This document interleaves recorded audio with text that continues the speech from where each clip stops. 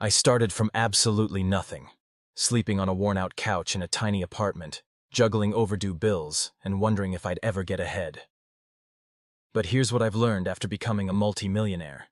Your finances can completely change faster than you imagine. It took me years to figure it out, but now I know exactly how someone can turn things around in just 6 months. And no, this isn't about living cheap, skipping your morning coffee, or settling for less. It's about building a life where your money finally works for you, where you can breathe, travel, invest, and grow without fear or guilt. In this video, I'll share the simple structure that helped me move from surviving to thriving, step by step. Because when you understand how money truly works, everything about your future starts to shift. Let's dive in. You can't change your finances if you don't know where you stand. I remember working with a client who avoided checking his bank account for months. He said, "If I don't look, maybe it's not that bad." But here's the truth. Avoiding the numbers never fixes them. It only delays your freedom. So, let's start with clarity. Sit down, take a breath, look at your real numbers. How much do you spend each month on housing, utilities, groceries, transportation, insurance, and healthcare? Those are your essentials, your financial baseline. Then, write down how much money is actually coming in. That's your net income. Not the dream number, not what you wish it was, the real one. I know it's uncomfortable. I've been there too, staring at an empty account and wondering how I'd ever get ahead. But facing your finances isn't punishment. It's power. Because once you see where your money truly goes, you can finally start steering it in a better direction. So ask yourself right now, if money is a mirror, what is it showing you today? The moment you get honest with that answer, that's the moment real change begins. Here's the truth. Most of us spend more than we realize, not because we're careless, but because modern life makes it so easy. A $9 subscription here, a food delivery there, a few streaming apps you barely use, and suddenly, your money is leaking quietly every month. I had a client once who told me she was too broke to save.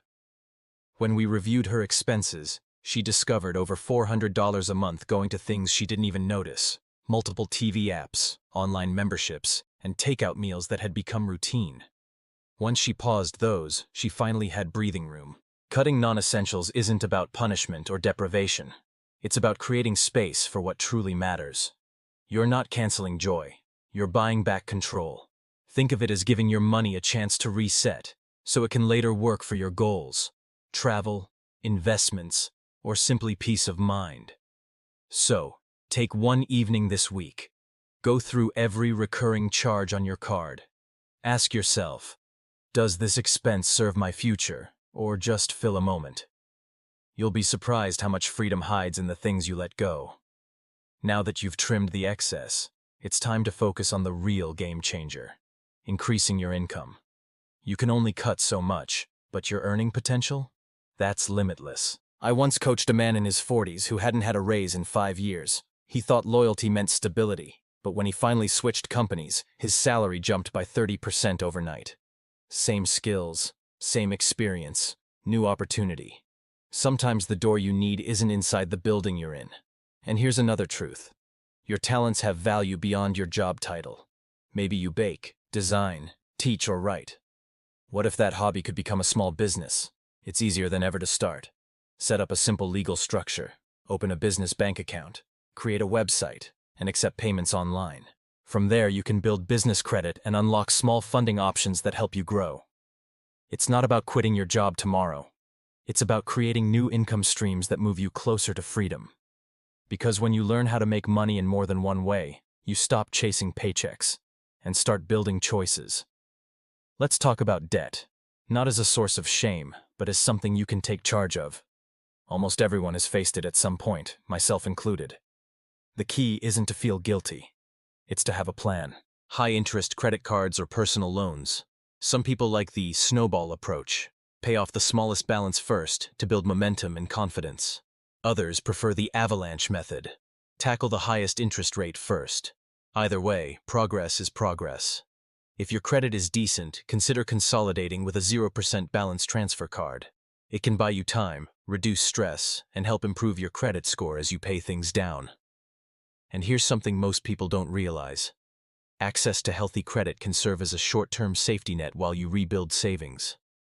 It's not about relying on it forever, but about creating breathing space as you strengthen your foundation. Debt doesn't define your future. It's simply a chapter, and every payment, every smart move, is a step closer to financial peace. Before you think about investing in the stock market, real estate, or any big opportunity, invest in the most powerful asset you'll ever own: yourself. I once met a woman in her 50s who thought it was too late to start over. She decided to take a weekend real estate workshop anyway, and within a year, she built a rental property business that replaced her full-time income. That wasn't luck. That was knowledge in action. Every course you take, every book you read, every room you walk into where people know more than you, it all compounds. It doesn't just add information. It multiplies your confidence and your earning potential. You see, money follows growth. When you grow, your opportunities grow too. So instead of chasing the next hot investment trend, focus on learning a skill that earns, a strategy that scales, or a mindset that expands. Because markets go up and down, but the skills and wisdom you build, those stay with you forever. And that's the kind of investment no one can ever take away. Once you've learned how to manage your money, the next step is to make it effortless, through automation. Think of it as creating a quiet financial assistant that works 24/7, even when you're not paying attention. Start by putting your regular bills on autopay. Rent, utilities, credit cards, at least the minimum payments. This simple step protects your credit, eliminates late fees, and gives you peace of mind. No more missed due dates, no more stress. Next, automate your savings. Set up a small, consistent transfer each month into a separate account. It doesn't have to be big. $50, $100, whatever fits. The magic happens when it's automatic. Over time, you can slowly increase that amount as your income grows. One of my clients once said, "Automation felt like giving myself a raise without noticing." That's the point. Financial progress should feel simple, not forced. When your systems handle the routine, you're free to focus on the meaningful: your family, your health, your dreams. Automation isn't about control, it's about freedom. There's a saying I live by: your environment shapes your elevation. The people you spend time with influence how you think, what you believe is possible, and how far you'll go. Years ago, I was surrounded by people who constantly complained about money. And guess what? My mindset stayed stuck too. But everything changed when I joined a small mastermind group of entrepreneurs who talked about ideas, not excuses. Within months, my thinking and my income completely shifted. You don't need 1,000 new friends. You just need the right few. Mentors who challenge you, peers who inspire you, and communities that push you to grow. Today, that can mean joining an online group, attending local meetups, or simply surrounding yourself with voices that lift you higher. Growth happens faster when you're in the right room, one filled with people who already think like the future version of you. So ask yourself, who's sitting at your table right now? And are they helping you rise? Because sometimes, the biggest step toward wealth isn't a financial move at all. It's changing the company you keep. Real wealth isn't a race. It's a rhythm. It doesn't come from luck or overnight success. It grows quietly from structure, patience, and steady effort. I remember coaching a client who wanted to fix his finances in a month. He worked hard, but every time progress was slow, he gave up. Months later, he told me, "I realized the problem wasn't my plan. It was my patience." That moment changed everything for him. The truth is, consistency beats intensity. You don't need to work 20 hours a day or chase every new trend. You just need to show up, every single day, with small, intentional actions. Tracking your money, learning something new, investing in yourself, and staying calm when things move slowly. Wealth isn't a destination. It's a lifestyle built through discipline and belief. The people who succeed aren't the fastest. They're the ones who stay in the game long enough to win. So take a breath. Trust your timeline. The seeds you're planting today may take months to grow, but one day you'll look back and realize they built your freedom. You just need to show up every single day with small, intentional actions. Tracking your money, learning something new, investing in yourself, and staying calm when things move slowly. Wealth isn't a destination. It's a lifestyle built through discipline and belief.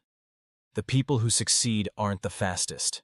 They're the ones who stay in the game long enough to win. So, take a breath. Trust your timeline.